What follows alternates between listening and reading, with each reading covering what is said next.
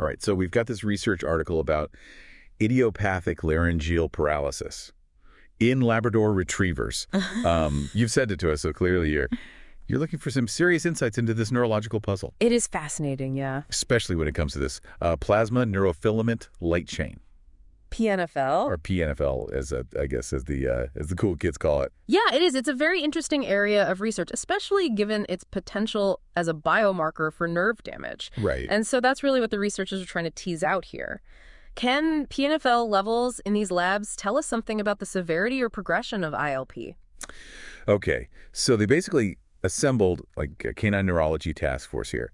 They got a group of labs, some with ILP, others perfectly healthy, and set out to see if this pNfL could be the missing piece of the puzzle. And what they found is there was actually no significant difference in pNfL levels between the dogs with ILP and the healthy ones. Wait, hold on. Now, wouldn't you expect a disease affecting the nerves to leave a noticeable pNfL trail? It's not exactly hiding in the shadows. Yeah. You would think so, and that's what makes this so interesting. So one thing they did find was that pNfL levels are affected by age, height, and weight in healthy dogs. Okay. And so the taller and heavier the dog, the lower their pNfL, which really makes you think, what's going on at a cellular level? Yeah, my brain is doing backflips right now. Yeah.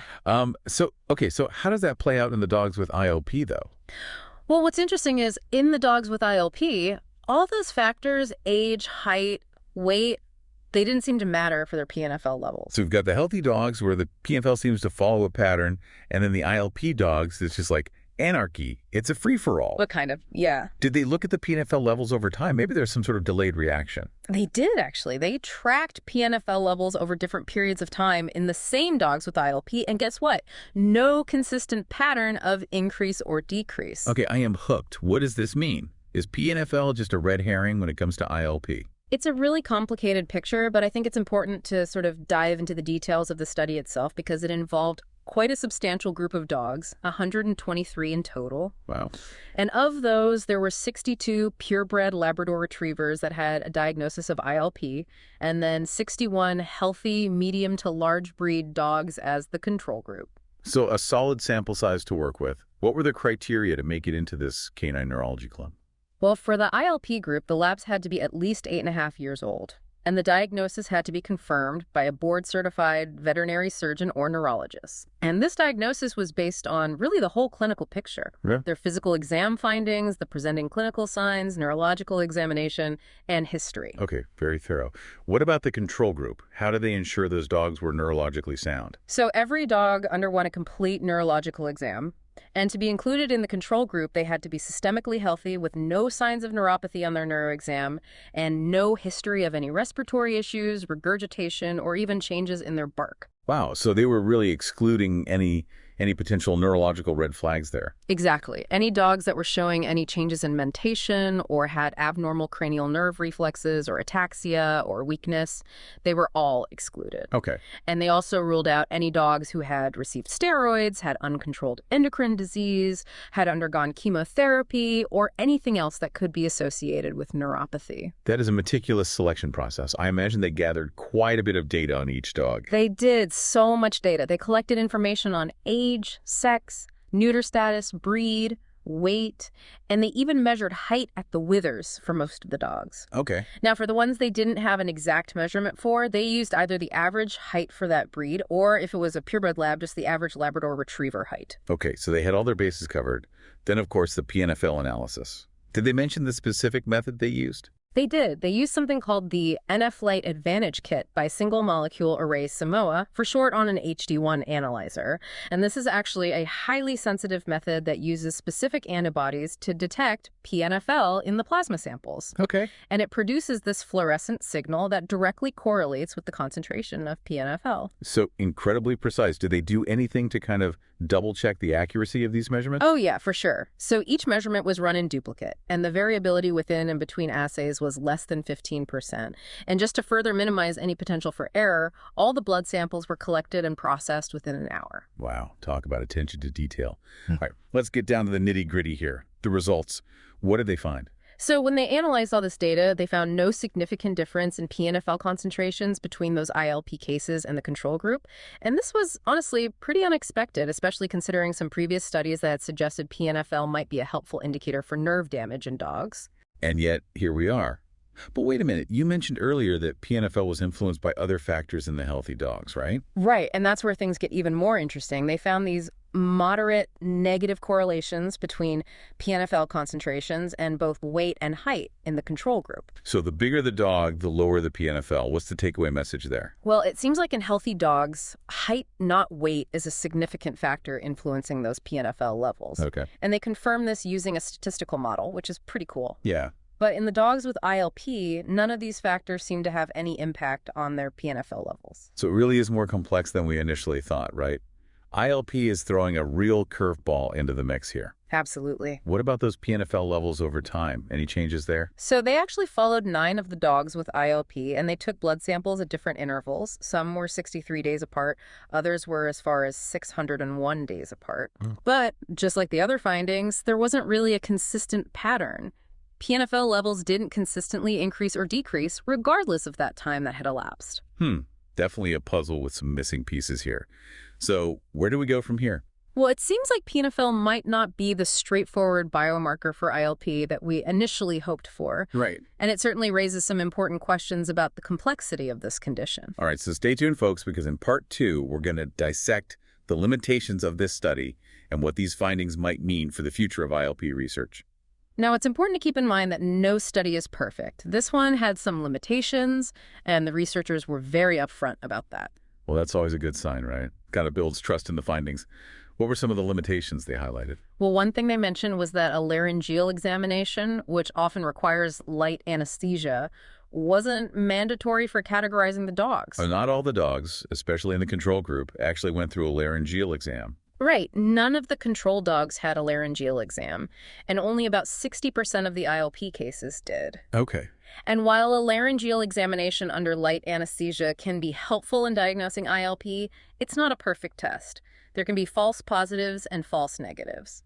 Right. They didn't want to subject the dogs to any unnecessary procedures, especially if the clinical picture was already pretty clear, right? Exactly. They had to weigh the potential benefits against the risk and make a judgment call based on each dog's individual situation. It sounds like they were extremely careful in selecting the control group, though, to minimize the chances of those dogs having any kind of hidden laryngeal issues. Absolutely. But I can see why they'd mention that as a potential limitation. Yeah, and they also pointed out that not all of the dogs with ILP had undergone that glottic opening surgery. Right, to kind of widen the airway and improve their breathing. It's not a one-size-fits-all solution for ILP, is it? No, not at all. The decision to do surgery depends on a lot of factors. The severity of the condition, the individual dog's needs.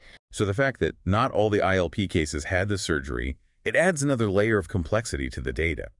It does, but I think even with these limitations, the study's findings are really significant because they challenge our assumptions about pNfL being this universal biomarker for all types of nerve damage. Especially in the context of ILP and Labrador Retrievers. Yeah, exactly. It's almost as if ILP is playing by a different set of rules. Right. This study really highlights the complexity of ILP and the need for kind of more research to understand its underlying mechanisms and find more reliable markers of its progression. And not just assume that what we know about other neurological conditions will automatically apply to ILP. Exactly. And I think we need to be mindful of those individual factors like age, weight, and height when we're interpreting pNfL levels. Especially in those healthy dogs. Yeah, especially in those healthy dogs.